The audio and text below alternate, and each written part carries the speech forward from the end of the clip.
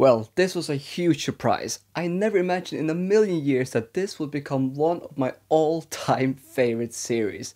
This was so good. And you might be wondering what series I'm talking about, and guess what? I won't tell you. Nah, I'm just kidding. I'm talking about the Liveship Traders trilogy by Robin Hobb. Oh my gosh, I am lost for words. This is probably in my top 3 favorite series of all time, at least for now. It is that good. Now, I want to structure this video into 5 parts. Firstly, I'm going to talk about the reading order regarding this series, because there is another series that some people would recommend reading first. Then I'll talk about why you shouldn't read this trilogy and highlight some things that will not work for some readers. And then I'll make the best possible case for why you really should read this trilogy, because this series is truly worth all the hype. But first, a special thanks to my Patreons who support me and my passion for books. I really appreciate it. Now, let's get into this video. Firstly, can you just pick up the Liveship Traders trilogy straight away? Well, some people would disagree with me, but I would say a definite yes. If you didn't know, then the Liveship Traders trilogy is part of the Realms of the Elderling series by Robin Hobb, which is split into 4 trilogies and 1 quartet. And the Liveship Traders trilogy is technically the second trilogy set in this world. Now, I believe strongly that you can either start with the Farsi trilogy or the Liveship trilogy.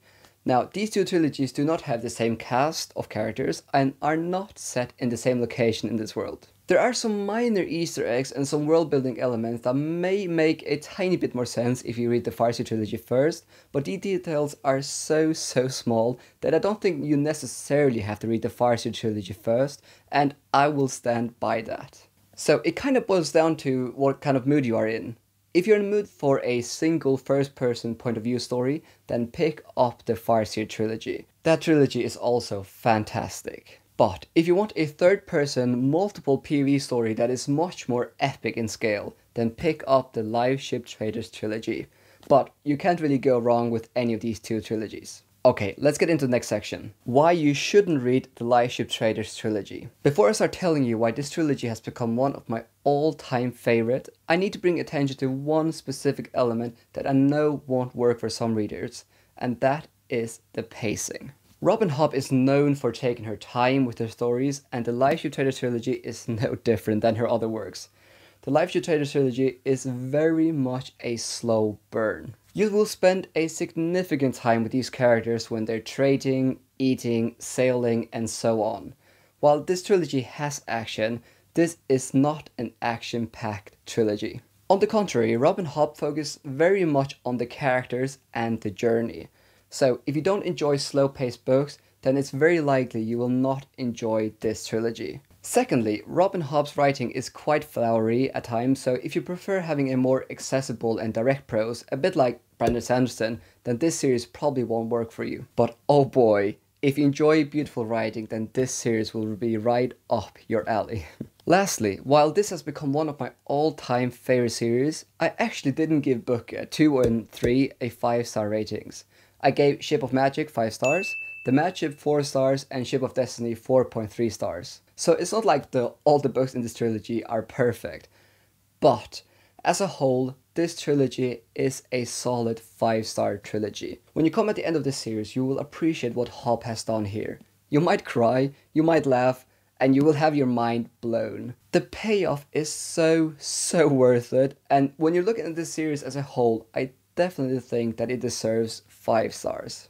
Okay, enough talking about why you shouldn't read this series, because if it isn't obvious yet, I really want you to read this series. So let's talk about this masterpiece, shall we? Let's hold up this book now. Alright, I'll not start to talk about the characters. Instead, I want to talk about how this trilogy is so rich with themes, and I especially want to talk about how Hobb handles grief and trauma, because I've never seen an author handle grief and trauma in such a realistic and impactful way before. What I find so fascinating about Robin Hobb's writing is that it seems like she understands grief and trauma in a way that most authors just don't. I'm not sure if Robin Hobb has experienced grief and trauma before, but it is truly remarkable how well she handles grief and trauma. What is so fascinating is that these characters do not go on a revenge rampage or totally change when they experience loss or experience traumatic events.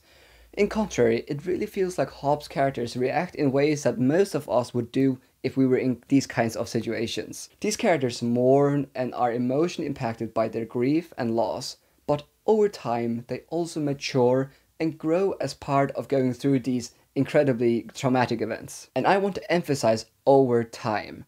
If you haven't noticed, then these books are chunky, and Hobb takes a lot of time in showing the reader how these characters very slowly start to recover from their loss, and how their grief and anguish slowly changes over time. Okay, very minor spoiler, but I won't even say the character's name, but you have this character that loses her husband early on in the first book in the trilogy, whom she has been married to for a long time.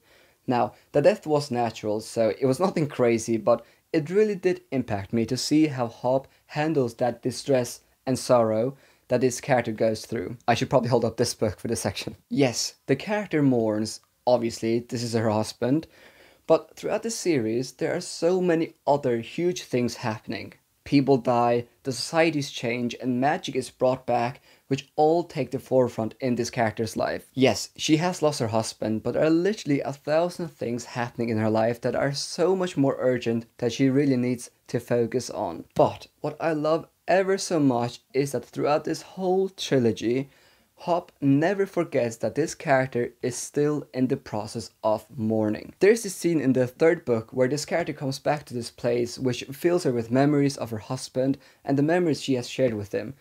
However, now this character still feels anguish and sadness about these memories, but it is another kind of sorrow now. This character has now come to a place of acceptance and thinks back on these memories more with a sense of fondness and less with a sense of grief. And throughout almost these 3,000 pages, we as a reader get insight into how this character slowly goes from a place of deep mourning to a place of acceptance. And it is masterfully done. And Hobb does this with all of her characters. She never ever forgets what some characters have experienced and how it should impact them, and that was just deeply moving to see. Hobb's handling of depression, loss, trauma, identity and grief is the very best I have ever seen in any series or books I've read, and you can kind of justify Hobb taking almost 3,000 pages to tell the story, because I'm not sure you can rush a story like this. Can you truly show the impact of losing a loved one in only 500 pages? Well, I suppose some can, but it's so much more impactful when you see these themes explored over 3 chunky books. Alright, let's talk about characters, shall we? This section will be totally spoiler free, so I won't even mention any names. But if you didn't know, then Robin Hobb is really famous for her character work, and I totally get why. Not only are these characters so incredibly compelling and rich with personality and humane struggles, but Hobb's ability to create interesting character dynamics and arcs is astounding. Throughout this trilogy, Hobb constantly puts people together who are so different in almost every way, and it creates these fascinating situations. It was such a joy seeing how pirates and traders and how young and old people and so on had to work together, and just seeing which conflicts arise from these interactions. But maybe more importantly, which relationships were formed as part of these characters meeting and having to work together. Secondly, the character arcs in the series are next level. The only other trilogy, and I'm emphasizing trilogy, where I've seen such growth in so many characters is the Greenbone Saga, which is also one of my favorite series of all time. These characters go through so many changes throughout this story, and the most fascinating part is that some of the characters that I hated, there's especially one character that I really didn't enjoy in the first book, she actually became one of my favorites in this series, just because of the growth and the change we get to see this character experience. Now, there is a really compelling plot to this story, and it is incredibly satisfying seeing everything come together in the last book. However, this series is very much a story about these characters more than anything. Yes, there is definitely a plot, but Hobb loves focusing in on characters, and that is also the case for this trilogy. So who is this series for? Well, if you enjoy character-driven series with beautiful writing and fantastic exploration of themes, then this series is a must read. I am simply astounded by Hobb's ability to write such compelling characters in such a realistic way. This trilogy has cemented Hobb as one of my all-time favorite authors, and I absolutely can't wait to read other books in this universe now. So that is it. Please, just give this series a try. It is so worth it. See you in the next video.